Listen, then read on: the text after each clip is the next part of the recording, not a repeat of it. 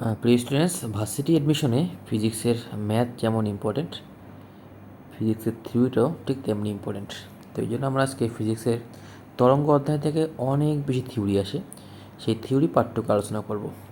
তো তোমরা যারা সেকেন্ড টাইম দিচ্ছ, ফার্স্ট টাইম দিবা, অবশ্যই ভিডিওটা শুরু থেকে শেষ পর্যন্ত দেখবা।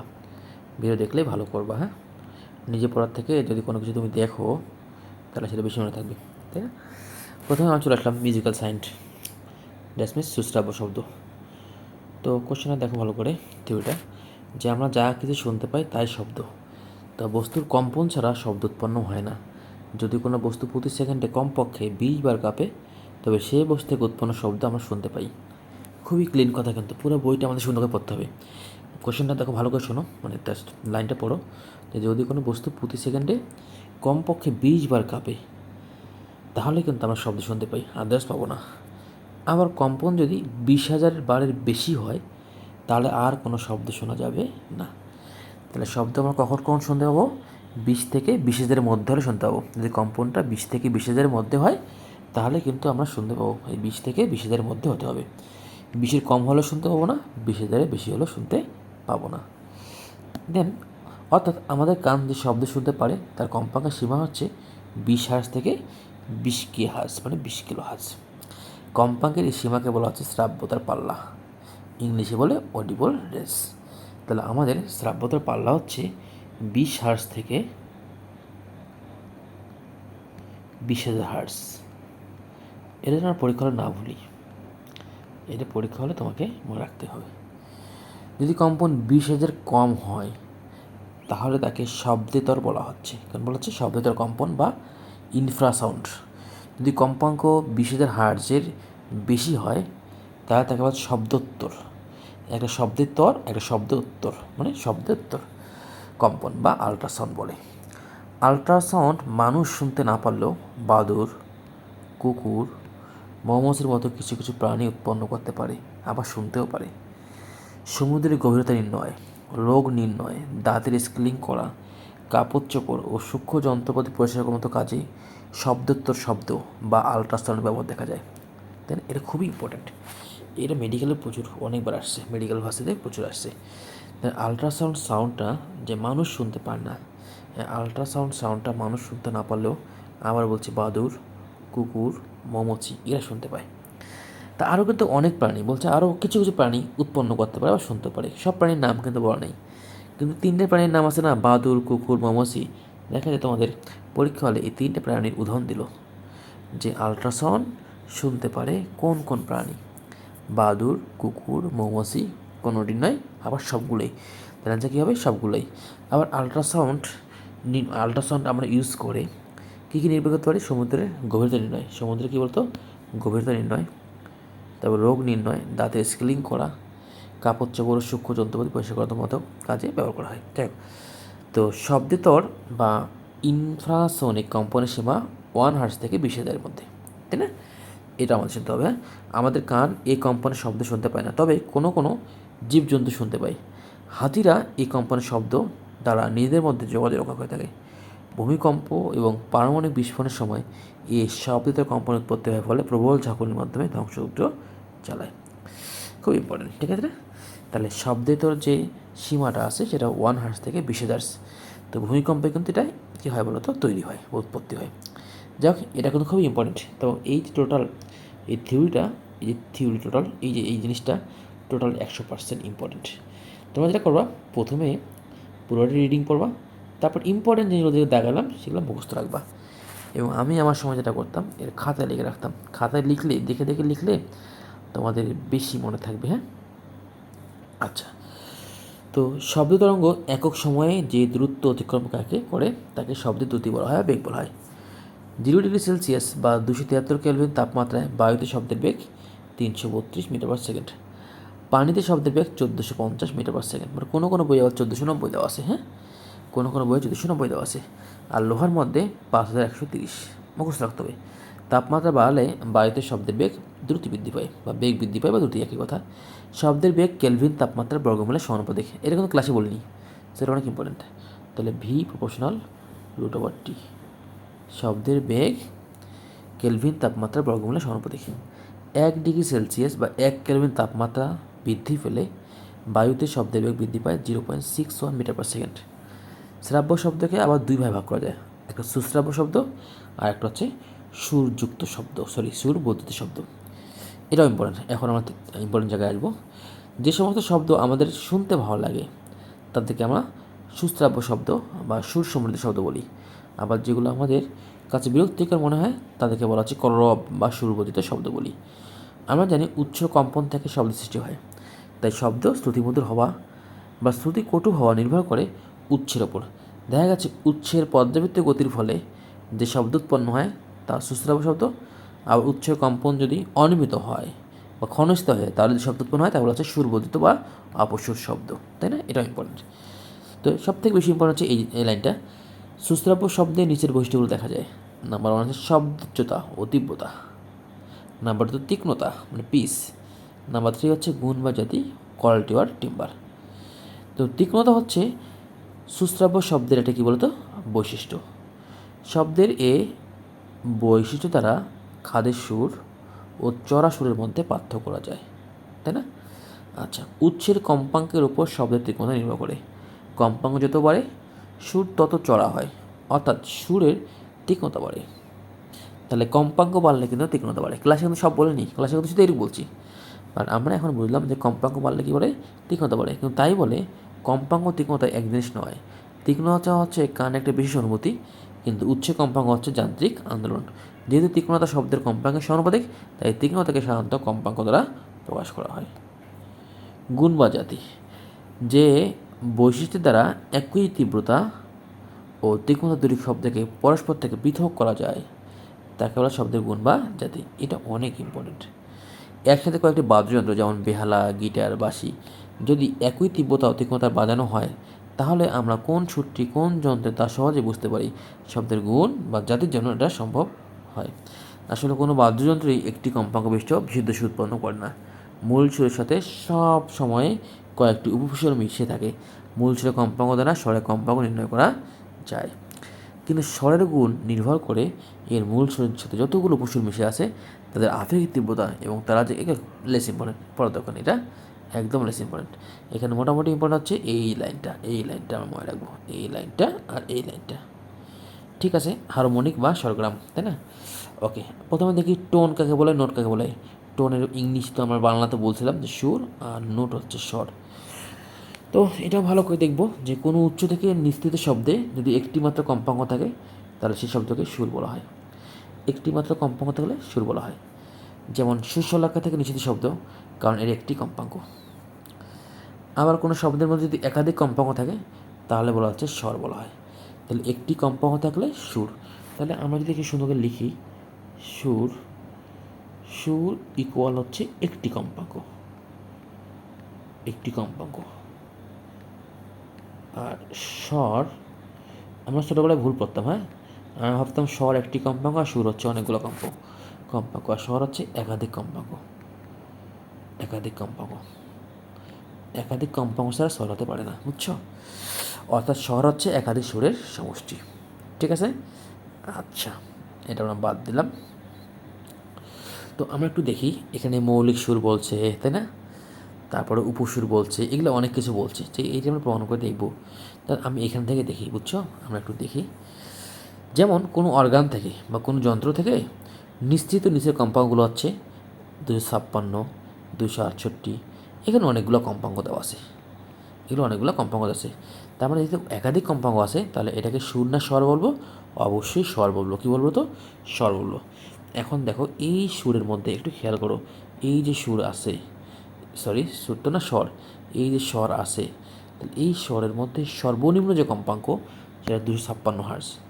এই সর্বনিম্ন কম্পাঙ্কটা বলা হচ্ছে মূল সুর। কী সুর? মূল সুর বা মৌলিক সুর, বা হচ্ছে মৌলিক সুর।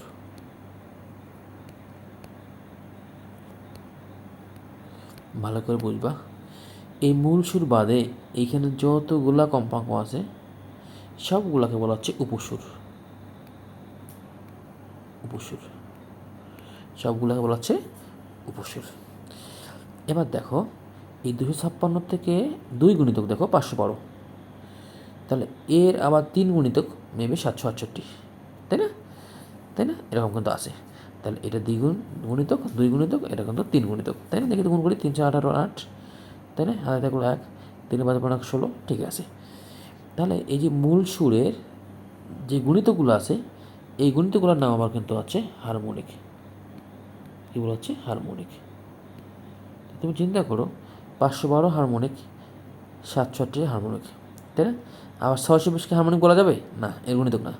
তাহলে 620, 1020, তাই না? 502, তাই না? এগুলো আবার কী হচ্ছে, 1020 দেখে তো 4 দ্বারা গুণ করি, 5 দ্বারা গুণ করি, 5 6 30 শূন্য, হাই তাহলে কত বলো তো? 3, 5 5 25, আর 3 28, না হচ্ছে না। তাহলে একটু আমি খেয়াল করি তো, আমি আবার মুছে দিই, এইবার একটু দেখি। তাহলে আমি দেখি মূল সুর কাকে বলা হচ্ছে, মূল সুর বা মৌলিক সুর কাকে বলা হচ্ছে। এই টোটাল স্বরের মধ্যে সর্বনিম্ন যে কম্পাঙ্ক, এটাকে বলা হচ্ছে মূল সুর। মূল সুর বাদে এই বাকি যেগুলো আছে সেগুলোকে বলা হচ্ছে উপসুর। মূল সুর বাদে বাকি যত কম্পাঙ্ক পাবা সবগুলো আছে উপসুর। এই উপসুরের মধ্যে আবার দেখতে পাচ্ছি এই 256 2 গুণিতক হচ্ছে 512, 3 গুণিতক হচ্ছে 768। তাহলে 2 গুণিতক যেটা 2 গুণিতক 3 গুণিতক, এদের সবগুলোকে বলা হচ্ছে হারমোনিক। এগুলো হচ্ছে হারমোনিক। এই 512কে হারমোনিকও বলা হচ্ছে, আবার উপসুর বলা হচ্ছে। 768 হারমোনিক, আবার উপসুর। বা 620 শুধুমাত্র উপসুর, হারমোনিক না। তাহলে বলতে পারি সকল হারমোনিক উপসুর, কিন্তু সকল উপসুর কিন্তু হারমোনিক নয়। দেখো এখানে ভালো ব্যাখ্যা দিছে। এখানে 256 হাজার হচ্ছে মূল সুর, 512 হাজার হচ্ছে মূল সুরের অষ্টক বা দ্বিতীয় হারমোনিক, এবং 768 এবং 1280 হচ্ছে যথাক্রমে তৃতীয় ও পঞ্চম হারমোনিক। 256 হার্টজ ছাড়া অন্যান্য কম্পাঙ্কের সুর হচ্ছে উপসুর, তাই না? আচ্ছা, 256 ছাড়া বাকি যতগুলো আছে সবগুলোকে বলা হচ্ছে উপসুর, তাই না? আর যেগুলো 256 গুণিতক, 256 গুণিতক কারা কারা আছে? 768, 1280 আর 512, এগুলোকে বলা হচ্ছে হারমোনিক। ওকে, হারমোনিকের আরেক নাম কিন্তু সমমেল। যাহাই হারমোনিক তাহাই সমমেল। আচ্ছা, শিরবিরাম, ঠিক আছে, এদিকে আর না যাই। মেডিকেলে যারা কোচিং করো তাদের জন্য এই চারগুলো ইম্পর্টেন্ট, সো ভার্সিটির জন্য লেস ইম্পর্টেন্ট। স্বরগ্রাম। ওকে, স্বরগ্রামের সবচেয়ে ছোট কম্পাঙ্কের সূচনা সুরকে বলা হচ্ছে টনিক বা প্রধান সুর। একটু পড়লাম, হ্যাঁ। আচ্ছা, ওই যে তোমরা যে গান শিখছো না, সা রে গা মা পা দা নি সা, এর দেখো প্রথম সার কম্পাঙ্ক 256 হার্টজ, তাই না? পরের সার কম্পাঙ্ক আবার কী বলতো? 512 হার্টজ, তাই না? রের কম্পাঙ্ক আবার 288 হার্টজ। তাহলে প্রত্যেকটা কিন্তু এখানে লেটারের আলাদা ফ্রিকোয়েন্সি পাওয়া যায়। ওকে, এর মুখস্থ না করলে হবে, এগুলো আসবে না। সঙ্গীতের কয়েকটি ব্যবহারিক শব্দ, এগুলো খুবই ইম্পর্টেন্ট, যেমন ত্রয়ী মানে ট্রায়াড, এটা সবথেকে বেশি আসছে, যদিও অনেক সহজ, অনেকেই পড়ো, তাও ইম্পর্টেন্ট, হ্যাঁ, মুখস্থ করবা। যখন 3টি শব্দের কম্পাঙ্কের অনুপাত 4:5:6 হয়, তখন তারা মিলে যে সুমধুর সুর উৎপাদন করে, তাই না? এরূপ শব্দের এরূপ সমন্বয়কে বলা হচ্ছে সঙ্গীতে ত্রয়ী বলা হচ্ছে। স্বরসঙ্গতি বা কর্ড, যখন ত্রয়ীর সাথে অতিরিক্ত একটি শব্দ এমনভাবে মিলিত হয় যাতে অতিরিক্ত শব্দ ত্রয়ীর নিম্নত শব্দের অষ্টক হয়, অর্থাৎ এদের কম্পাঙ্ক অনুপাত হবে 4 5 6 8, অষ্টক মানে 2 গুণিতক। তাহলে এদের সমন্বয়ে শ্রুতিমধুর সুর হচ্ছে উৎপাদন হয়। এই সমন্বয়কে বলা হচ্ছে স্বরসঙ্গতি। তাই স্বরসঙ্গতির অনুপাত কি? এদের শব্দের কম্পাঙ্ক অনুপাত কি? 4 5 6 8, আর ত্রয়ী হচ্ছে 4 5 6। ওকে, সমতান অতটা ইম্পর্টেন্ট না, বললাম না। Solo important. সলো, একটি মাত্র বাদ্যযন্ত্র বাজালে যে সুরের সৃষ্টি হয় তাকে বলা হয় সলো বা একক সঙ্গীত। যেমন অনেক সিঙ্গার শুধুমাত্র গিটার বাজায় গান গায়, তখন এটা সলো বলা হচ্ছে, হ্যাঁ। কেউ অনেকটা শুধুমাত্র হারমোনি বাজায় গান নেয়, ওটা সলো বলা হচ্ছে। আর অর্কেস্ট্রা কি? যখন অনেকগুলো বাদ্যযন্ত্র একসঙ্গে বাজিয়ে একটি সমতান বা একটি মেলোডি অথবা একটি সমতান ও মেলোডি উভয় সৃষ্টি করে তাকে বলা হচ্ছে অর্কেস্ট্রা। যেমন জেমসের ব্যান্ড সঙ্গীত থেকে শুরু করে লালন সঙ্গীত, সবগুলো কিন্তু অর্কেস্ট্রা, মানে সবগুলাই মোটামুটি সব ইনস্ট্রুমেন্টে, একাধিক ইনস্ট্রুমেন্ট এখানে ইউজ করা হবে। তো এখানে সলোটা ইম্পর্টেন্ট, অর্কেস্ট্রা ইম্পর্টেন্ট, তাই না? এটা পড়বো আমরা। এবার তারের কম্পন। তারের কম্পনে তো আমরা এটা ক্লাসে পড়াবো, টানা তারে আর কম্পনের সূত্রাবলী, এটা আমি না বললাম।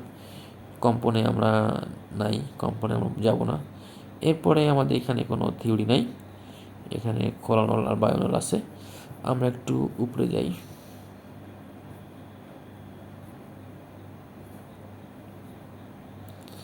মোটামুটি এই থিওরিগুলো পড়তে হবে। এইখানে হচ্ছে যে তীব্রতা লেভেল, এগুলো মুখস্থ করতে হয়। আমি কয়েকটা বলি, তোমার অনেকে ছন্দ দিয়ে মুখস্থ করছো, ছন্দ হলে খুবই ভালো, আর ছন্দ না জানো তার কিছু মুখস্থ করতে হবে। যেমন নির্জন রাস্তা বা ফিস কথা, তাই না? এর তীব্রতা লেভেল হচ্ছে 3 ডেসিবেল, 3 ডেসিবেল, এটা ইম্পর্টেন্ট। শান্ত অফিস ক্লাসরুম 50, এটা ইম্পর্টেন্ট। লাইব্রেরি কত? 40, এটা ইম্পর্টেন্ট। তারপর পাতাল রেল 100, এটা ইম্পর্টেন্ট। মাইক যোগে ব্যান্ড সঙ্গীত কত? 120, এটা ইম্পর্টেন্ট, তাই না? তো এই লেভেলে যদি শব্দ উৎপন্ন হয় তাহলে কি শ্রুতি যন্ত্রণা আরম্ভ হয়, এটাও ইম্পর্টেন্ট, তাই না? আচ্ছা, মোটামুটি এগুলো একটু পড়বো। আর এইটা অনেক বেশি ইম্পর্টেন্ট, শব্দ উচ্চতার একক হচ্ছে ফন, আসছে কিন্তু অনেকবার। শব্দ উচ্চতার একক হচ্ছে ফন। কোনো শব্দে শব্দ উচ্চতা ফন এককে পরিমাপ করতে হলে 1000 হার্জ কম্পাঙ্কের একটি বিশুদ্ধ প্রমাণসূর নিয়ে তার সাথে ওই শব্দের তুলনা করা হয়। প্রমাণসূর তীব্রতা নিয়ন্ত্রণ করে এই শব্দের দরকার নেই, জাস্ট এটা মনে রাখো। শব্দ উচ্চতা একক হচ্ছে ফন, হ্যাঁ? এগুলো পড়বো, বিট মিট পড়বো না। তারপরে আমরা আর কোথায় যাব?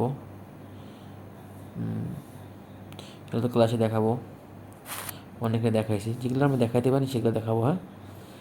এটাও দেখাবো ক্লাসে, বা অনেকে দেখাইছি। ওকে ওকে, এর পাশে না গিয়ে আমরা কিছু অঙ্ক দেখতে পারি, কিছু অঙ্ক দেখতে পারি। তরঙ্গের পরিবর্তন, ওকে, দেখি আমরা কিছু অঙ্ক দেখতে পারি কিনা। এই অধ্যায়ের কিছু উদাহরণের অঙ্ক দেখতে পারি কিনা, হ্যাঁ? এই অঙ্কের তো উদাহরণটা অনেক ইম্পর্ট্যান্ট।